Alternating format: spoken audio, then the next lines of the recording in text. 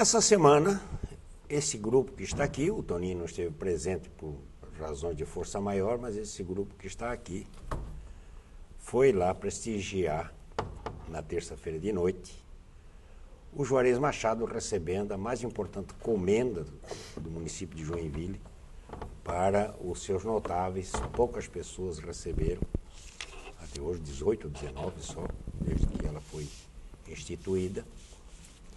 E o galardoado dessa vez foi o Juarez Machado, nosso grande Juarez Machado, nosso pequeno príncipe. Bota aí, Cris, umas fotos. Ó, o Juarez e o Cres, rapaz. E o Henrique, O cara mais bonito ali sou eu. Vixe. E turma, até o morto. Olha o Pedrão. O Pedrão. Márcia. Márcia. Agora, o Humberto é um papagaio de pirata, né? Tadinho do Humberto. Tadinho, é o nosso morto. É um papagaio de pirata. Nas nossas peças de teatro, sempre que... Quem vai ser o morto? Humberto. Humberto. E ele representa bem, né? Está bem representado. Diga. 75 anos, uma alma de garoto, e ele fez uma declaração que me sensibilizou. Eu fui feliz em Joinville, eu fui muito feliz em Joinville com a minha bicicleta, com as minhas primas, e aí me dei conta que o Juarez é um ser humano feliz. Boa noite, telespectadores, João, Toninho, Wesley. Boa noite. Ele é um feliz, claro. A gente que conversa mais de perto com ele, você tem conversado bastante, e você sabe disso. Ele é um cara que ele vive, e, aliás, ele criou um mundo para ele, né? Ele criou um mundo. Véio. Às vezes a gente está aqui lutando para passar esse nosso mundo aqui, e ele criou o dele. Ele é um sujeito incansável, ele mesmo falou que se eu parar, eu paro, não posso parar. Né? Eu também sou meio assim, se parar, já viu. Então, é isso. E ele gosta muito de Joinville. Isso foi muito bem merecido, muito bem colocado, né? Muito bem feito a coisa. Eu acho que é por aí mesmo. É o Juarez. Agora ele diz que é o príncipe. Ele é o príncipe. Príncipe de Joinville. Então, Sérgio, ontem, quinta-feira, dia 18 de junho, 200 anos da Batalha de Waterloo, ou Waterloo, como dizem os belgas. E Napoleão. O que foi Napoleão? Depois daquela batalha, aquela carnificina ali, foi 100 anos de paz, né? Esse foi talvez o grande legado da Batalha de Waterloo, foi esse período pós-guerra, até mais ou menos a Guerra da Crimeia, né, 1800 final do século XIX, que o mundo ficou numa relativa paz, mas acho que a maior importância ali não foi propriamente isso, foi que, até a gente pode falar de uma forma assim, engraçada, pela primeira vez se criou o protótipo da OTAN, né? Quando se juntou a Inglaterra com a Holanda e a Bélgica, etc. E, além disso, o surgimento da Inglaterra como potência mundial, bem como dos Estados Unidos, foi muito influenciado por essa guerra, porque enquanto houve essa guerra com a França, os Estados Unidos vendeu muito algodão, muito trigo. Isso tornou os Estados Unidos bastante economicamente potente naquela época. Enfim, a repercussão, a criação, vamos dizer assim, basicamente, indiretamente do Estado alemão, quer dizer, da Alemanha em si, como país, também veio decorrente disso, já que a Prússia participou dos aliados. A Prússia e a Áustria, né? A Alemanha nem se fala na época, né? E depois houve a reunificação alemã, Isso até é uma coisa engraçada, porque os ingleses consideram a Batalha de Waterloo uma coisa assim extraordinária. Há os historiadores que acham que mesmo que o coronel prussiano, né, o Blücher, não tivesse chegado a tempo, no final do dia... O Wellington tinha ido para o pau. tinha ido para o pau, mas os exércitos austríacos e prussianos estavam chegando, esperando ele ali para derrotar o Napoleão. Mas, de qualquer maneira, esse legado que a Batalha de Waterloo deixou para a humanidade foi muito importante, e talvez tenha sido a maior importância dela na história mundial, foi isso. Tem uma história interessante que é do Beethoven, né, que compôs a Heroica. Essa Heroica ela tinha o nome de Napoleão. E aí quando o Napoleão na época ele era cônsul, e para o Beethoven ele personificava os ideais da Revolução Francesa, de igualdade, do fim Que, aliás, foi um dos marcos do fim da Revolução Francesa, foi isso. Né? E aí quando ele trouxeram a notícia de que o Napoleão tinha se sagrado imperador, ele foi lá e rasgou com a faca a página de rosto da Sinfonia número 3 e botou lá Heroica e não sei o que, um nome latino comprido, que é uma belíssima música que marca o fim da era clássica da música e o início do romantismo, né? Henrique. Oi? Você tem uma pauta imensa ali. Eu gostei da tua pauta, vamos para ela. Não, eu não tenho pauta. Vamos lá, ponto por ponto, ela é ligeira. Eu sou um despautado. É o pauteiro. Não, hoje a pauta é tua. Eu gostei das tuas pautas. Não é pauta. É que algumas questões que se faz, né, já começam a se fazer aí nas esquinas, nos botecos, nos bares, nas igrejas, sei lá onde mais, é uma pergunta recorrente, né? Onde é que estão os movimentos de rua? Parou? Pararam? Por que pararam? Por que parou? Parou por quê? Não, é verdade. Estava com uma força total, de repente parou e tudo. Uma das causas, Henrique, é que você não tem uma liderança. Todo movimento... Você falou isso uma vez aqui. Eu falei uma vez aqui. Todo movimento que não tem uma liderança nítida, ele tende a morrer. E foi isso que aconteceu. A nossa liderança, entre aspas, quem era? Aécio Neves? PSDB? Eram 3 garotos lá, de 3 movimentos específicos. Que abafaram, né? Que um deles até foi atropelado de propósito pelo MST naquela marcha sobre Brasília, e aí a nossa imprensa também calou. Pois é, mas ele tinha uma liderança, João Francisco, não era uma liderança nacional. Ele tinha uma facilidade de comunicação... por mídias, né? Por mídia, exatamente. Por mídias sociais. Agora, se você perguntar o nome dele, ninguém sabe. Nem eu. Ninguém sabe. Nem eu. Então ele tinha essa facilidade. O que precisa, ele tem um nome japonês. O Toninho falou, era um nome, né? Nem que não precisasse ser consagrado, mas... Não tinha uma imagem ligada a ele, né? A imagem tem que nascer um Napoleão aí, ó. Mas tem que ter um Napoleão para puxar. Eu quero ouvir o Wesley. Essa onda de revoltas do pós-Black Bloc, teve a grande manifestação, ela foi feita, organizada e foi para a rua, basicamente por jovens, e depois nós velhos fomos lá caudatário da coisa. E você comanda um grande centro universitário. Como está essa juventude se expressando dentro da universidade? Com revolta? Olha, eu vejo que esse grupo, né, não só da instituição que eu trabalho, mas de outras instituições, aqui em Joinville, Santa Catarina, que a gente tem mais contato, estão apáticas. Né? Mesmo nos movimentos de ruas que eu tive lá, eu vi pouca gente, né? Eu vi mais, talvez mudou, mais... Né?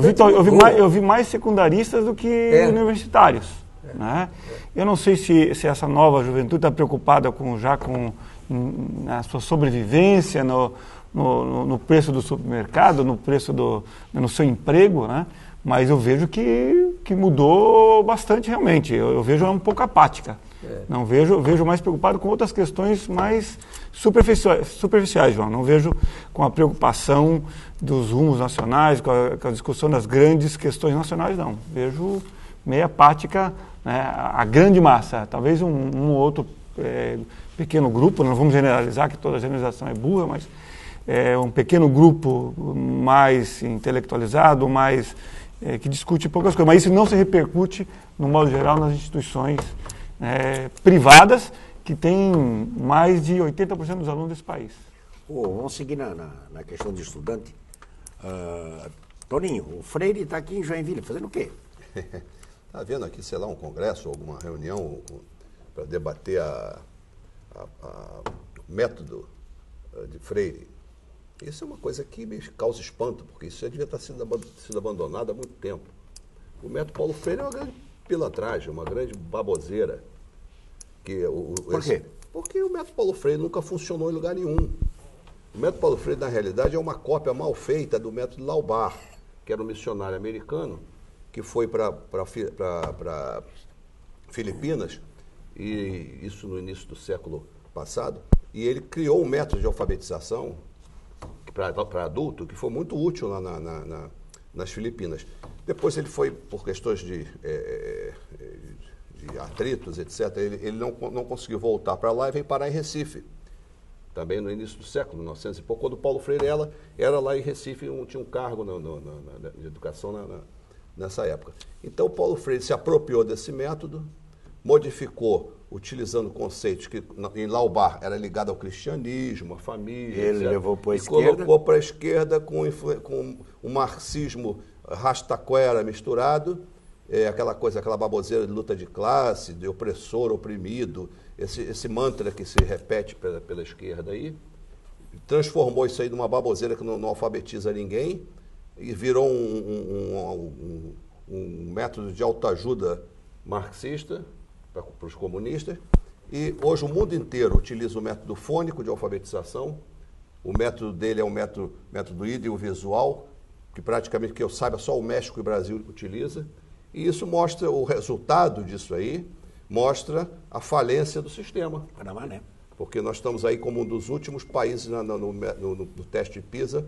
E por que isso? Uma das causas é essa aí, esse endeusamento de Paulo Freire, que aliás nem método tinha. Você não vai conseguir fazer uma sistematização de método, nem o Paulo Freire conseguiu fazer isso. É apenas uma coletânea de bobagem que visa conscientizar o aluno, em vez de ensinar ele realmente matemática, física, aprender a ler, escrever, etc. O brasileiro adora receitas prontas, né? Piaget e essa turma toda. Falou em bobagem é com a gente. A França abandonou faz um século e ainda no Brasil ainda tem quem defenda. Henrique, saindo do pessimismo do Toninho, vamos ao ceticismo do Nietzsche. O que tem o Nietzsche? O que falou o Zaratustra? Não, o Nietzsche tem um livro, né, que ele escreveu chamado Assim Falou o Zaratustra. O Nietzsche é meio confuso. Não é confuso, não. Ele é complexo, melhor dizendo. Né? Não é fácil você entender a cabecinha do Nietzsche. Eu sou muito Nietzsche, assim, eu gosto muito dele. Ninguém te entende isso, Henrique? Ninguém te entende? É o que eu gosto de umas colocações do Nietzsche. Ah, bom, porque ninguém te entendia. E eu... Você só não gosta de Deus está morto. Nós já percebemos isso, Deus está morto. Não. Mas no fim ele chegou a uma outra conclusão. A conclusão de que Deus está vivo. Então ele ficou naquela... Não, mas é que eu anotei uma frase dele aqui, né, que é assim, ó, a frase do Nietzsche no livro, como se Zaratustra estivesse falando, né, dizendo assim, ó, falando da seguinte forma: novos caminhos sigo. Ele quer dizer isso. Uma nova fala me empolga. Como todos os criadores, cansei-me das velhas línguas. Não quer mais o meu espírito caminhar com solas gastas. Isto eu acho que cabe direitinho para o que está acontecendo no país, entendeu? Traduzindo tudo isto aqui, na minha coisa, já encheu o saco. Ele queria a juventude, ele queria o novo. Ele queria o revolucionário. Ele estava... Pois é, mas no rastrilho aí disto aqui... Traduzido para o Brasil, chega de PT, né? Ninguém aguenta mais. Então aí é que está. Hoje, então, nós temos aí um PT, governo, né? Isso é uma proposta agora. Um PT, governo, e uma oposição, assim, mal formada, e o PT hoje rachado, né? O PT está rachado. Rachado, mas pedalando, né? Está pedalando, mas ele está rachado. Então, dentro do PT existe a ala lulista, forte, né, ainda, não deixa de ser, ela ficou um tanto quanto afastada com as ações da presidenta, né? A presidenta tomou a rédea e depois não sabia como galopar, essa foi a grande verdade. E esta turma isso é minha opinião, e essa turma da ala Lula, vendo essa situação, primeiro tentou um confronto com ela. É muito difícil, afinal de contas, embora ela tenha assim a forma dela, mas ela tem um governo, então é muito difícil. E outra, como é que ficou a coisa? Ficou da seguinte forma: o PT agora tem que fazer um omelete e não pode quebrar os ovos, porque ou racha de uma vez ou fica como está. Fica como está, vai ter que engolir o Levi. Tá? A inflação já está em 9%. Como é que faz? Todos nós já sentimos no bolso. Você não sentiu, não? Você viu quanto é que está o preço do tomate? Você viu a cebola? Meu Deus! Cebola foi a 8 conto o quilo. Tudo.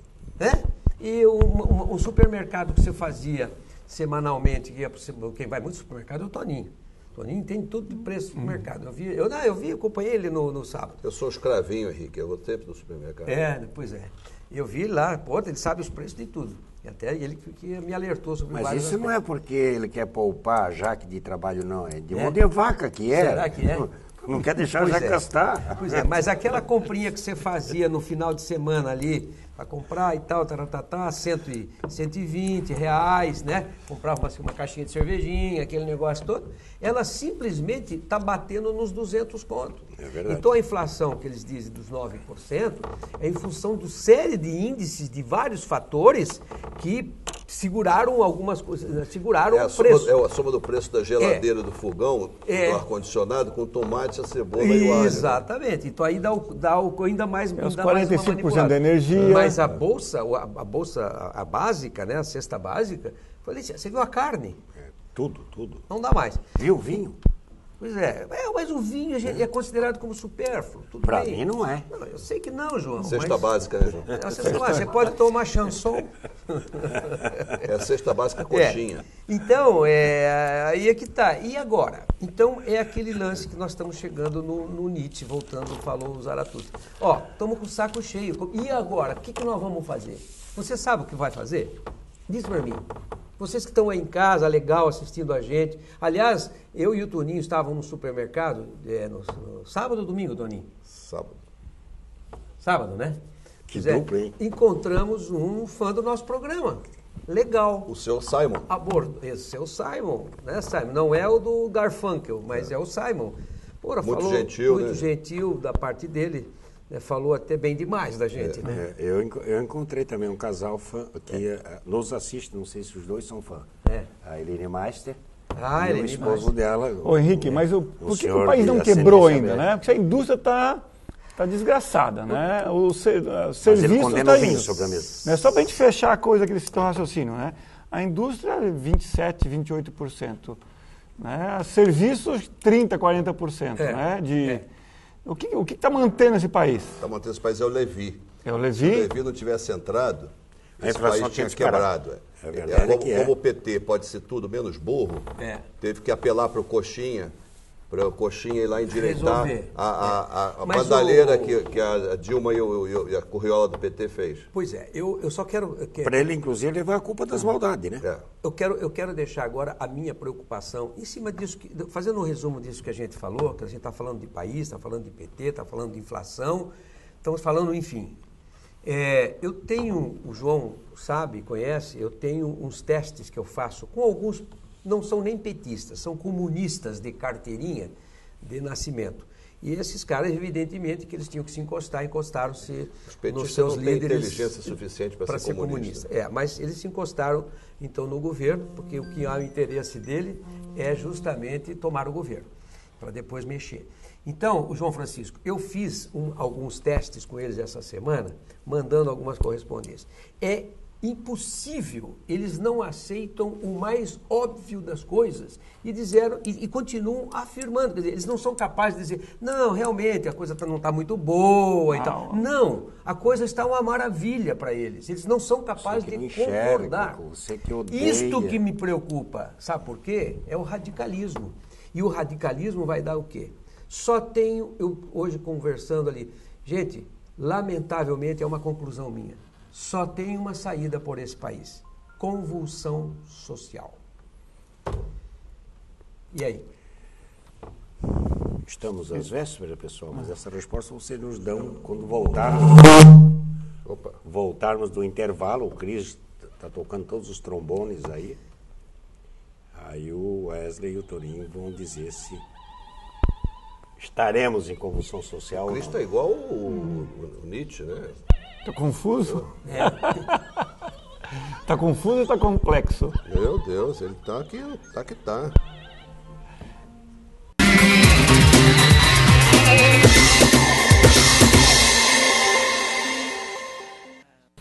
O Henrique perguntava até quando o povo brasileiro vai aguentar, até quando a insurgência, se aparece ou não aparece a Pois é. insurgência social. Pois é. E... Mas João, você quer ver uma notícia em cima disso? Desocupado vai ter bastante, né? Pois é, mas olha só, Desempregado. 15, no Brasil nós temos 29 fábricas de automóveis, né? Espalhado pelo Brasil, 29, 15, isto é, a metade já pararam, estão paradas. Estão paradas. Hoje, Levar estava nossa vendo na quinhela Folha, pra- Volkswagen, lá na minha terra, em Taubaté, parou e disse que vai mandar 500 para a rua imediatamente. E aí, onde vão trabalhar essa gente? Como vou mandar filho para a escola, sustentar, ir para o supermercado. Eu sugiro irem lá no diretório do PT para reclamar, né? Mas isso significa 30% de redução de vendas no país, em torno de 30% de diminuição de vendas. Mas eu acho que respondendo a tua pergunta, João, quando é que vai ter convulsão social? Ou as Cê pessoas... vai. Acho que é difícil, Oxalá mas não. quando é que as pessoas voltam para a rua? Quando faltar emprego. Sim. Eu acho que aí as pessoas vão para a rua com vontade. Né? Por enquanto foi um pouco mais de agito, mas faltando emprego, faltando comida na mesa, as pessoas vão para a mesa. Aí começa... É quando faltar esperança. Tem aquele textinho antigo que vira e mexe e está rodando aí. Ah, vieram buscar o fulano, eu não me importei porque eu não conhecia. Vieram buscar não sei quem, vieram buscar o meu vizinho e no fim vieram e me buscaram e aí não tinha ninguém para falar por mim. Eu penso que é o inverso desse processo. As pessoas hoje está acontecendo desgraça, está caindo raio na cabeça do cara do lado e tal. Opa, mas isso não vai acontecer com todo mundo, não está acontecendo comigo, não vai acontecer comigo. Quando perceberem que isso vai atingir indistintamente, e vai, inevitavelmente vai, com maior ou menor intensidade, não vejo no horizonte nuvens brancas, não. Pois é, eu queria fazer uma outra pergunta em cima disso, que é um questionamento.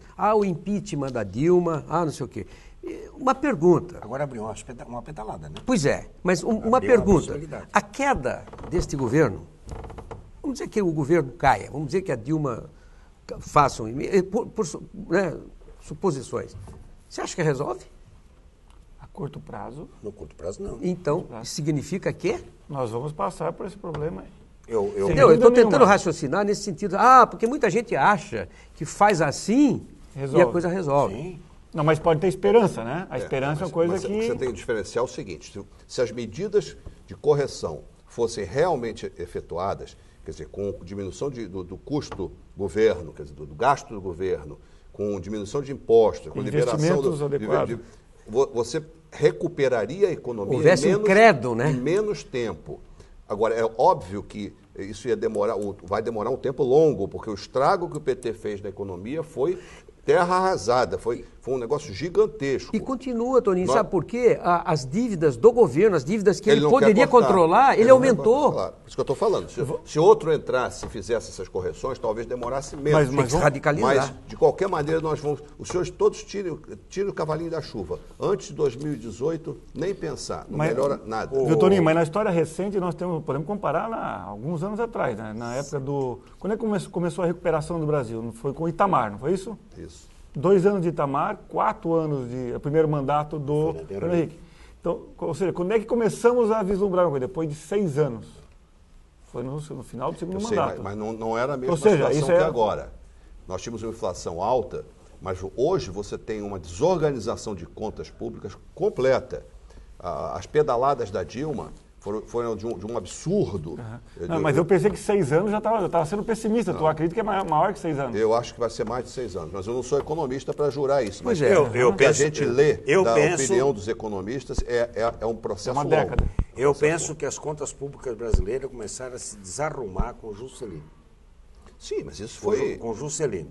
Aí depois o Brasil surfou num momento de prosperidade do outra mundo, época. com dinheiro fácil, veio com um pouco de austeridade na condução das coisas do governo, veio o milagre brasileiro. Depois veio a crise do petróleo. Aí, tudo aquilo que estava represado, desde a época do Juscelino, as dívidas, as coisas mal arrumadas, desandou naquela inflação que a gente tinha. O ideal seria receber o salário todo dia, porque no final do mês, a cada mês, o salário varia de 30% a 40% menos. Né? Agora, nesse sentido, vocês estão falando de coisa pouca ali, o Toninho estava falando. Você veja bem, numa situação como está, quer dizer, era óbvio que ela sabia, ela que eu digo, ele, o governo sabia que a coisa estava numa situação... Aí. Tem os dados aqui da pedalada. Por exemplo, o que o Tribunal de Contas da União, e que esse é uma outra coisa, João Francisco, e eu até postei dizendo o seguinte, eu quero ver o que vai dar com o Tribunal de Contas da União. Porque eu tenho um pensamento, ou melhor dizendo, um sentimento sobre questões de Tribunal de Contas. Você sabe muito bem disso, você também. Então, eu quero ver o que vai acontecer. Você quer ver se ele vai enfiar a viola no saco e vai ficar então fecha essa M de tribunal. Inutilidade tá bom. Que rouba. Então ó, só para você ver, houve uma identificação. O tribunal identificou, dentro das contas de 2014, uma divergência de 7 bilhões de reais na dívida. 7 bilhões. São 3 números só. Sendo que, nas dívidas, mais 1 bilhão no saldo de financiamento do Tesouro ao BNDES. Quer dizer, Tesouro, sabe o que é Tesouro?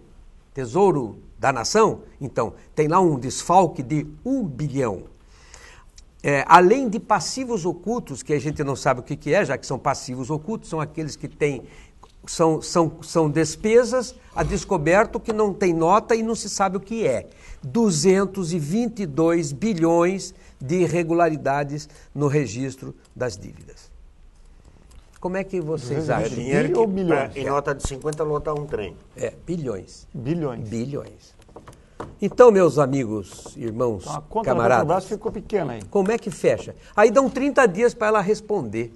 O tribunal, ele não dá, quando é um processo administrativo onde ele faz uma fiscalização, ele te dá um prazo para responder. Quando ele analisa as contas, ele não dá prazo para responder. Ele analisa a conta e entrega-se aos tribunais para que façam os seus devidos trabalhos. Entendeu? Não, deram para ela. Isso já é uma irregularidade do tribunal. Eu achei que foram até bonzinhos. Eles vão acabar dando 30 anos para ela responder. Não, e a resposta vem o que vier, né? O Tribunal de Contas, com aquela venda de favor, de coisa, e sob suspeição deles de não ter atuado na Petrobras, da comercialização de facilidades para não criar dificuldade, eles resolveram criar um fato. Não, mas houve pressão, né, João? Né? Na verdade, houve uma pressão. Então, eles agora, a coisa aqui está mal, já se fala em extinguir Tribunal de Contas, para que serve? Eles estão divididos. Não serve para coisa nenhuma mesmo. Houve uma... Tem que entregar para o Ministério Público essa coisa. O relator é o ministro Augusto Nardes, esse cara que é o relator do processo. Mas, segundo consta, houve uma divisão dentro do Tribunal de Contas. É óbvio. Metade não queria. E houve uma procissão a semana passada de ministros do governo tentando resolver o problema para que não chegasse ao término desta prestação. E tu sabes qual é a solução que eles pregam, né? Põe uma pedra em cima, esqueça disso. Deixa disso. Deixa disso. Então é isso. A tua última pauta ali, o que é? Eu não tenho mais pauta, eu sou um rapaz despautado. Tá, então nós temos aqui a pedaladas da Dilma, que eu notei aqui, o massacre de Charleston. Torinho, é um crime de ódio, como se costuma dizer nos Estados Unidos, que nós chamamos de racismo? Aquele branco que entrou numa igreja de 1800 e tantos, lá no estado da Carolina do Sul, matou 9. Tudo hoje nos Estados Unidos é crime racial. Como tudo? Se um branco matar negro, é crime racial.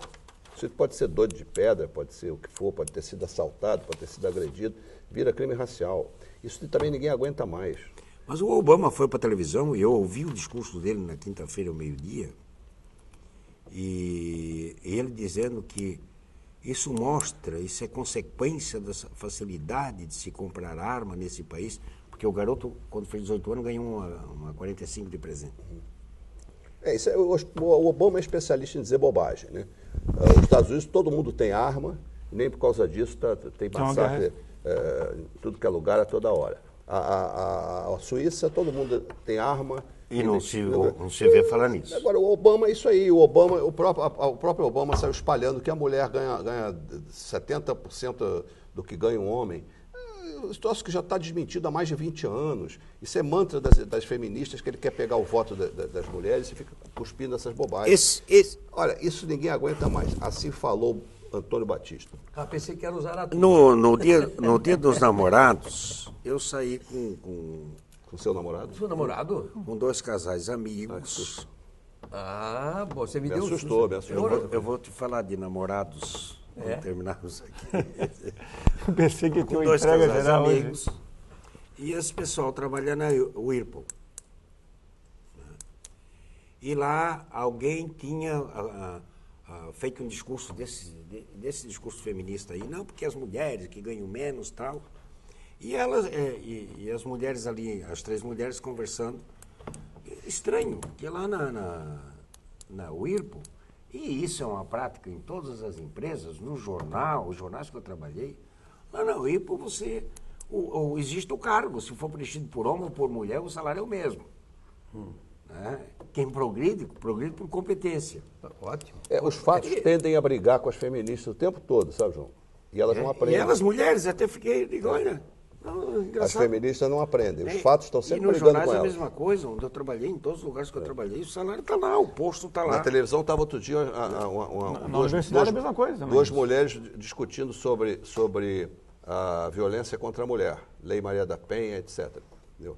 Todas elas com aquele refrão habitual. A sociedade machista que é culpada disso, o patriarcado, a sociedade misógina. Quer dizer, só isso que elas sabem repetir.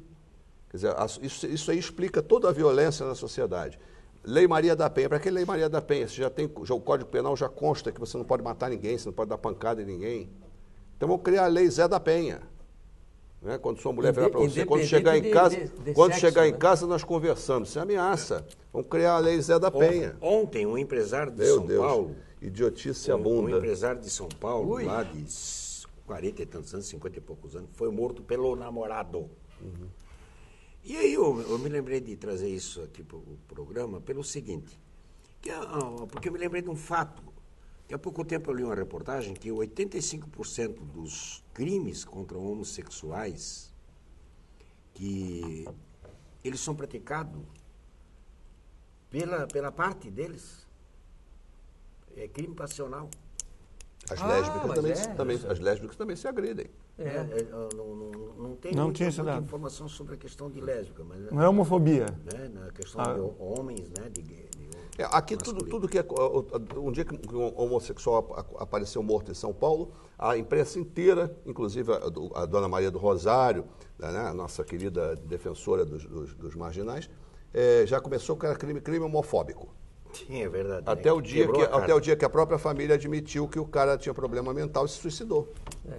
Mas falando nisso... Assim, esse é o mantra. Falando nisso, mas falando ainda em discriminação, né?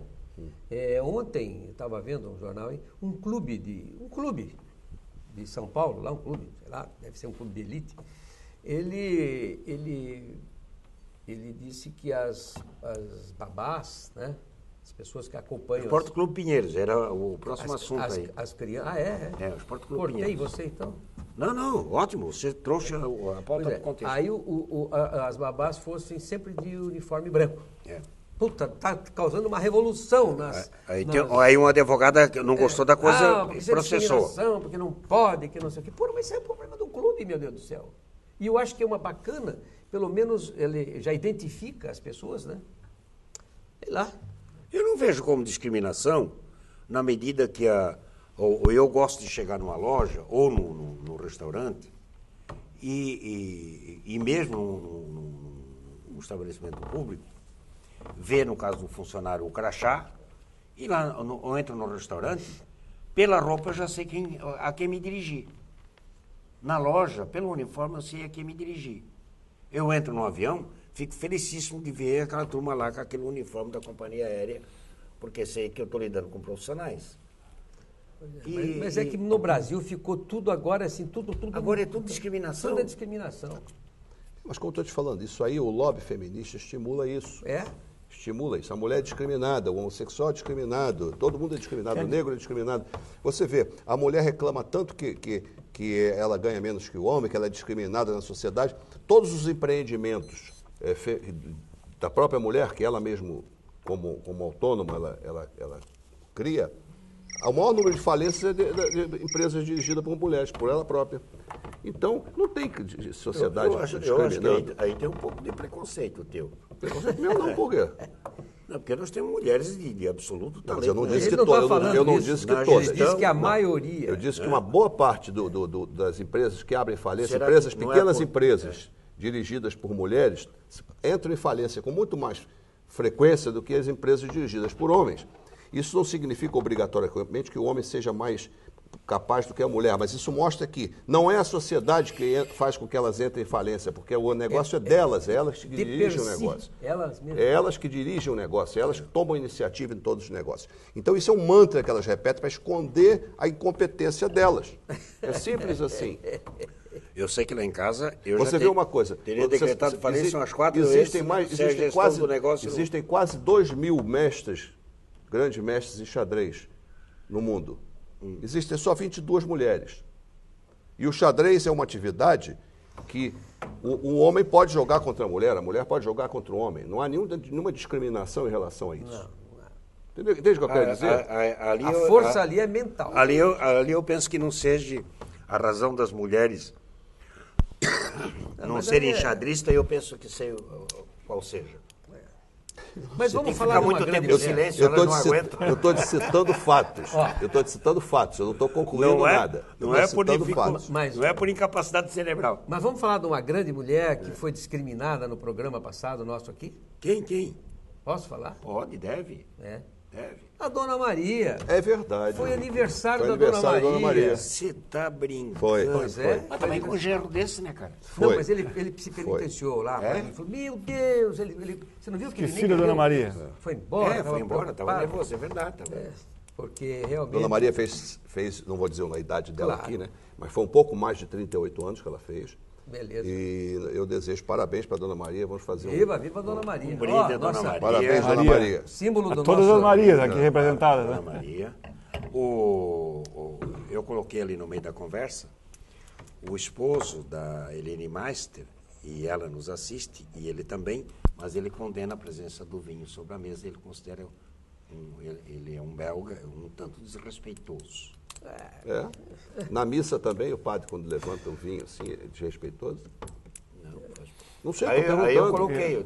Olha a discriminação aí. Aquilo lá olha o preconceito. Mas o padre fala ao final da missa que beber é prejudicial à saúde. Que se tem bebida... Eu estou perguntando para eu poder saber. Os participantes talvez estejam bêbados ou não estejam... Quer dizer que tomar vinho significa estar bêbado? Não. Eu estou supondo, ninguém me disse isso. Eu estava falando aí. Mas há uma tendência das pessoas... O sujeito está sentado na mesa do bar, com um copo, com a garrafa na frente. No caso desse aqui, a garrafa já está de meio para o fim, bem do meio para o fim. Mas em 4? Está cheio de ar, não está beberam, né? O meu está cheio ainda. Então, estão com os sentidos afetados. Você está com os sentidos afetados? Não, absolutamente. Não, ele é um ser complexo. Dificilmente eu fico com meus sentidos afetados. Eu estou com meus sentidos afetados. Não aguento mais burrice nesse país. Olha, graças a Deus o programa está chegando ao final, porque tinha dentro da pauta falar sobre a seleção. Não. Sobre o Neymar? Ai, meu Deus. Sobre o Dunga. Isso já tem muito programa de Neymar não é pauta para esporte, nenhuma né? conversa séria, né? Não, mas E futebol Neymar, menos ainda. Ele nunca me enganou. Tem o seu valor futebolístico lá, mas é um mau caráter que eu te contar.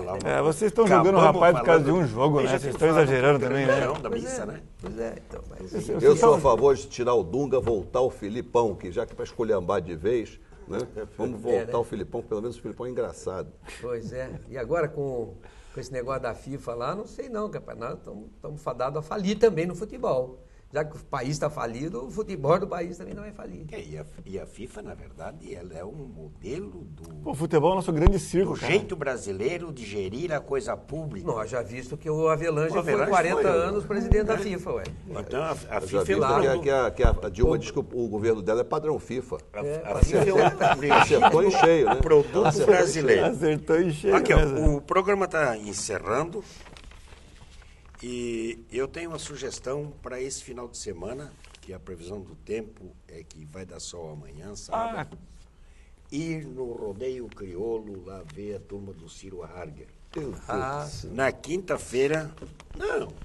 Vá, mas A não paleta me leve. de ovelha é boa, a conversa é boa. Você não. Olha a discriminação. Ninguém vai te pedir para laçar um touro, Torinho. E não precisa ir piochado também. Aliás, se esse negócio entrar na equação, vão te botar de touro lá para ser laçado. Programaço esse, programaço. Mas não vai dar para eu ir. A comida é muito boa. A comida é boa. A prosa, O papo é bom. Eu estou torcendo para a Tainha entrar. O outro agora só vai para Florianópolis, daqui a É, pouco só fala e segundo o em Henrique, Campo. vai dar Tainha em Campo Alegre. São Esse final de semana vai dar tainha lá em Campo Alegre. Você sabe qual é o camarão do serrano, né? O camarão do serrano é dobradinha, que ela corta a buchada bem curtinha, ele dá uma enroscadinha, parece um camarãozinho. Camarão da Serra, né? Como é que Camarão é? da Serra. Camarão da Serra. E Você eu gosta amo de aquilo. dobradinha? Amo, É mesmo, é? amo, Tá certo. amo. Então, Aliás, gosto de buchada. Mais do que da dobradinha. Você é igual o porque Fernando Henrique dobradinha Cardoso, né? Gosta de pressupõe buchada de feijão bode. e costelinha e coisa. Eu gosto de buchada, feito Só o feijãozinho. caldo grosso para comer com pão fresco. Não, só Tem feijão? nada. só o bucho. O bucho serve numa tigela também funda, é bom. com pão fresco, queijo bem forte, Um vinho. um vinho daquele de criar cabelo. Eu acho que no o cara que peito, criou a bem buchada forte. estava pensando num vinho mesmo. Acho que ele combinou. Como sou coxinha, eu prefiro um canard gratiné sauce béarnaise, um vinhozinho francês. Tá vendo? É melhor. Mais um que vai visitar o Juarez Machado já. Pô. Pô, eu vou ficar Tenham com a- todos um bom final de semana. Obrigado aos meus amigos. O Fábio hoje não veio, sentimos falta dele. O Eduardo, a gente já se desmanchou Não, em saudades. O Eduardo está de licença-prêmio. Tá de licença paternidade. Não, licença-prêmio. Até as crianças ficaram com 18 anos, pelo jeito. As crianças fazendo 18 anos, eles Tchau. voltam. Tchau pra vocês.